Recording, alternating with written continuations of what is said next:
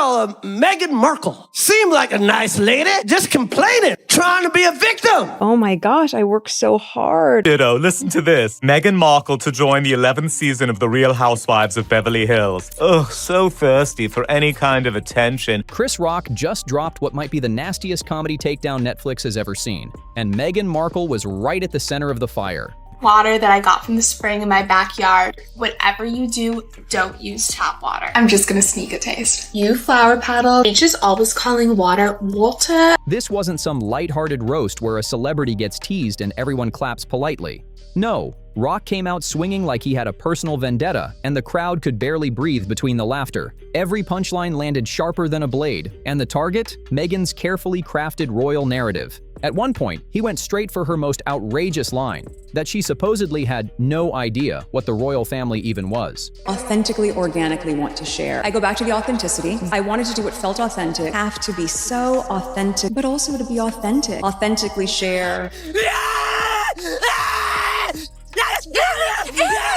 It's okay. The audience exploded, because let's be real, who on earth marries into the monarchy without Googling it? Rock made her look less like a victim and more like someone who thought the world would buy into the biggest fairy tale lie of the century. It wasn't comedy, it was a public undoing, dressed up as jokes, and Meghan was left with zero defense while millions watched and laughed. Gone on Oprah, I didn't know. I had no idea how racist they were. It's the royal family. You didn't Google these motherfuckers?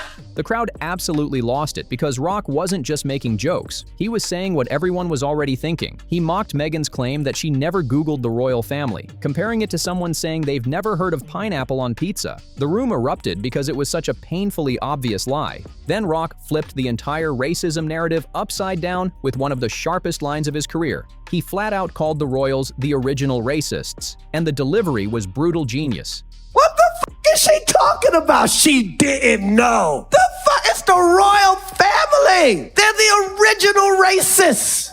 He basically pointed out that Meghan acted shocked by behavior that's literally been baked into that institution for centuries. His punchline made her look naive at best and calculated at worst for pretending she didn't know what she was walking into. Rock didn't stop there. He broke down the difference between what Meghan actually experienced and what she claimed she went through. They're so racist. They're so racist. Some of that shit she went through was not racism. It was just some in-law shit. And this part hit home hard. He said half the stuff she called racism sounded more like regular family drama. People in the audience were nodding like, yeah, my in-laws are terrible too, but I didn't write a best-selling book whining about it. The relatability had the whole crowd howling. And then came his most controversial bomb, Meghan and Harry's big Oprah revelation. They're so racist. They wanted to know how brown the baby's gonna be. I'm like, that's not racist. Because even black people want to know.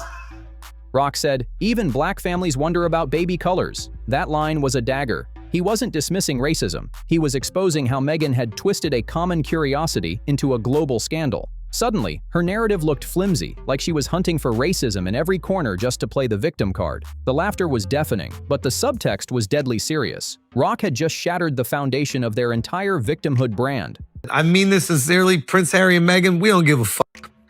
America don't give a fuck about you. A lot of people care, dude. We don't care about the royal family. They got a Netflix show. We never cared about nothing that had to do with y'all. What started on Oprah as a royal pity party turned into open season once Rock ripped the lid off. His takedown was like blood in the water, and suddenly every American comedian was circling for a bite. Andrew Schultz came in first, delivering a reality check so harsh it had audiences crying with laughter. He basically told Meghan and Harry to pack their bags and get out of America because, truth be told, nobody here cares about royal drama. Schultz reminded everyone of the obvious. America fought a whole war just to escape that crown nonsense. His punchline hit like a hammer. Why are you dragging royal problems across the ocean? It was like shutting down someone at a party who's whining about their boring life story. People clapped because he said what millions have been dying to scream. She wants to be famous. She found the guy to make her the most famous in the world, and now she's over there and she's like, oh, this isn't what I thought What's the point of being famous in a castle every day? But then, Nikki Glaser slid in with her own dagger. She didn't just joke. She exposed Meghan's core motive from the jump. Glaser cut through the fairy tale, saying Meghan wanted fame so badly she went and married into the most famous family on earth, only to act brand new when the spotlight burned too hot. The metaphor was savage. It's like buying a house next to an airport and then crying about the planes. And right when the crowd thought she was done, Glazer dropped her most lethal line yet. Then came the what-if scenario that had crowds howling. The infamous Bachelor joke. If she didn't marry him, she would be on The Bachelor this season. Fighting for Prince. She would be Megan M. from Sherman Oaks barista. She's just got lucky. It was savage because it stripped away the royal fairy tale and painted Meghan as just another Hollywood extra. Instead of castles and crowns, Rock and others imagined her hustling for scraps on a reality dating show, serving lattes between auditions, and begging for camera time. The image was so brutal, yet so believable that the laughter shook the room. But the roasting didn't stop with live-action comedians. Even the animated world jumped in to take their swings. Cartoons dragged Harry and Meghan's money-grabbing schemes with deadly precision. One sketch mocked them for having Bezos-level financial dreams while contributing nothing but endless complaints about palace drama. I think it's important we do this ourselves, Harry, and not live off your family. We'll just have to find a way to make £50 billion on our own. The punchline? They really thought they could ditch the monarchy and still live like royalty, without putting in the royal work. The cartoonists also went in on Meghan's obsession with fame, imagining how low she'd stoop just to stay in the spotlight.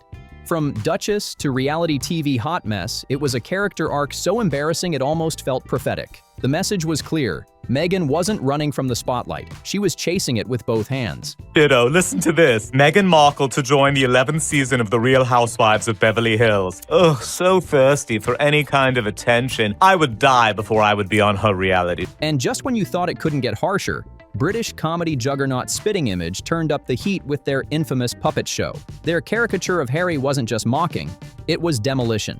They dragged him as a talentless royal hanger-on, a man with nothing to offer except his last name. It was vicious, it was hilarious, and it cemented their spot as comedy's most ruthless executioners of the royal disaster couple.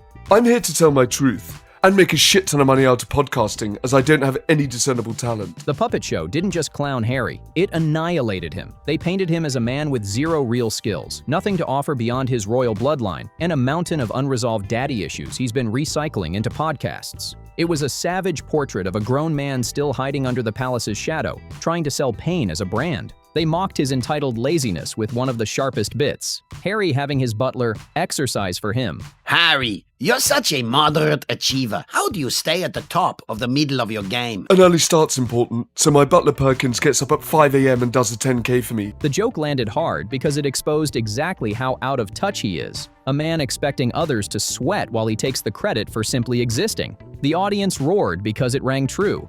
Harry may have stepped back from royalty, but the show highlighted how he's still clinging to his rank like it's oxygen. The best burn? Comparing him obsessively checking if he's still fifth in line to someone who quit their job but calls every day asking if they've been promoted. The image was humiliating. Harry can't seem to let go, and the satire made it impossible for viewers to ignore. Then when he gets in, he wakes me up and Googles to see if I'm still fifth in line to the throne. Fifth in line? Yeah, Kate and Wills have any more kids. I'll move down another notch. Then they torched the Netflix deal, branding it exactly what critics whispered all along. A glorified cash grab. The puppets called Meghan and Harry royal welfare recipients with a streaming account, and the label stuck like glue. They hammered the hypocrisy of the couple cutting ties with the family, yet still milking those ties for millions. The skit ended with one killer metaphor that summed up the whole fiasco. What about television? Do you have a Netflix account? Yeah, it's got about $9 million in it. Mamalado! It's like divorcing someone but keeping their credit cards. You can't claim independence while living off the same family name. And the world laughed because the puppets had just said what everyone else was too polite to admit. The roasting didn't end with the pros. Social media creators came swinging just as hard, and Meghan's cooking show antics turned into meme fuel overnight. And the way you've cut the American government down to size, I'm trying to do the same with my family. The most viral moment? That painfully awkward exchange on Netflix where she corrected Mindy Kaling for calling her Meghan Markle. With a forced smile, she cut in, "You know I'm Sussex now." The clip was so cringe it practically screamed for parody, and the internet delivered. TikTok and YouTube lit up with brutal edits, turning her title obsession into pure comedy gold. I don't think anyone in the world knows that Meghan Markle has eaten Jack in the Box and loves it. It's so funny, too, that you keep saying Meghan Markle, you know I'm Sussex now. Creators remixed the scene with laugh tracks, fake royal fanfare, and captions like, "Imagine being this pressed about your last name." The vibe was clear. Meghan came off less like a duchess and more like someone clinging to a status symbol that nobody else actually respects. And that wasn't the only target. Her entire lifestyle content got dragged too, with creators exposing how she turns the most ordinary tasks into overproduced nonsense. My name is Megan Sussex now. Call me Meghan Markle one more time, Mindy Kaling. The best example? The infamous water preparation parody. People joked about her describing pouring a glass of water like it was a spiritual ritual, complete with dramatic narration and soft focus lighting. The mockery was savage because it nailed the truth. Meghan has a talent for making basic life look fake deep, dressing up regular chores as if they're royal revelations. The message across every parody was brutal but hilarious. Without the royal title, Meghan's brand is just overpriced candles and exaggerated self-importance. Any type of flower arranging is just telling a story. What story do you want to tell? Maybe leave the country.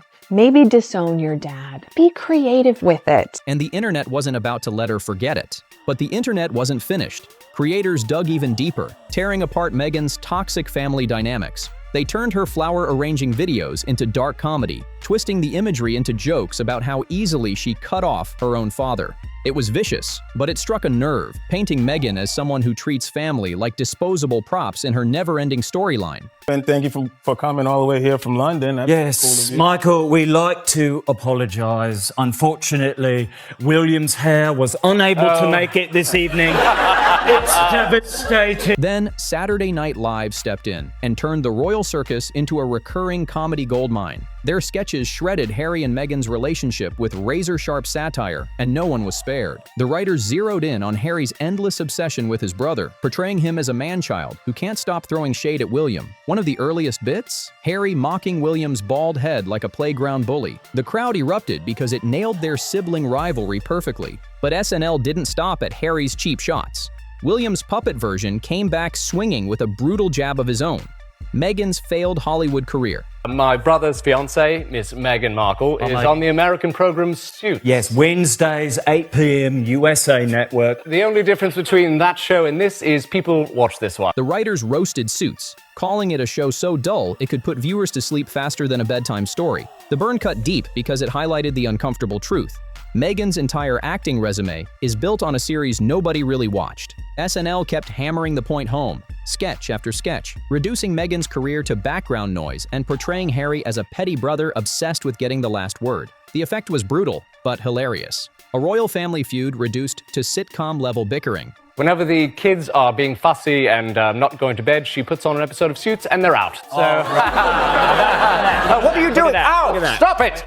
Stop it! Except the punchlines landed harder than anything in Meghan's actual TV career. The SNL jab about using Suits as a sleep aid for restless kids was comedy brilliance because it cut right to the heart of Meghan's acting career. Dull, forgettable, and only remembered because she later married into royalty. The sketch wrapped with Harry and William barely able to share the same space without firing insults, perfectly nailing the dysfunction of two grown men locked in endless sibling drama. Thank you, and goodbye, said William's hair. Yes, all right. Prince William and Prince Harry, everybody. What is this? What is that? But no show landed harder than South Park. They dedicated a full episode to dismantling Harry and Meghan's entire brand. And it wasn't subtle. The writers zeroed in on their biggest contradiction, screaming about privacy while chasing every camera in sight. They parodied the couple doing talk shows, photo shoots, and magazine covers while yelling, "Leave us alone." We just want to be normal people. All this attention is so hard. Isn't it true, sir, that your questionable wife has her own TV show and hangs out with celebrities and does fashion magazines? What are you suggesting? Well, I just think some people might say that your Instagram-loving wife actually doesn't want her privacy. The hypocrisy was so sharp it left viewers gasping between laughs. The brilliance of South Park was how they nailed the contradiction everybody had already noticed, but few dared to say so loudly. You can't beg to disappear from the public eye while signing multi-million-dollar deals to stay on TV. The episode tore the mask off, showing that Meghan and Harry weren't victims of the spotlight. They were addicted to it. So let me start with you, sir. You've lived a life with the royal family, you've had everything handed to you, but you say your life has been hard, and now you've written all about it in your new book, Wah. And Harry didn't escape unscathed. The show ripped into his memoir, portraying him as a pampered prince, whining about struggles most people would trade their lives for in a second. Born into palaces, dripping in privilege, yet still complaining. South Park made him look less like a rebel and more like the ultimate spoiled kid who never learned gratitude. It was satire so sharp it practically doubled as a public intervention. The writers hammered home the absurdity of Harry's memoir. the richest, most privileged man alive, crying about his struggles, blasting journalists while becoming one himself. The hypocrisy was laid bare, and the audience couldn't stop laughing at how tone-deaf it all sounded. Then South Park delivered their knockout punch. In one brutal line, they exposed the couple's real reason for hopping from palace to mansion to Hollywood. Look at this town. There's just something about it. Oh, darling, I think this might be the play. It's so quiet and empty here. If we moved here, then people would think we're really serious about wanting to be normal. If we move again, people will think we're really serious about wanting to be normal. That line was pure genius because it showed the truth. They don't actually want privacy, they just want the appearance of normalcy while still cashing in on royal fame. But the final nail in the coffin came from Family Guy. Their parody stripped away every excuse, reducing Meghan and Harry's entire post-royal life to a giant cash grab dressed up as victimhood. The cartoon shredded them for pulling millions from Netflix, for doing basically nothing, while pocketing $250,000 sponsorships between interviews. It was the ultimate grift, making bank while pretending to be oppressed. From Chris Rock's savage honesty to late-night sketches, viral creators, and animated shows, the verdict is clear. Harry and Meghan aren't tragic figures. They're comedy gold. Every move they make looks faker, every complaint sounds weaker, and the whole world is in on the joke now. If you enjoyed this breakdown of how the entertainment world roasted the so-called royal rebels, make sure to hit that like button, smash subscribe, and I'll see you in the next one.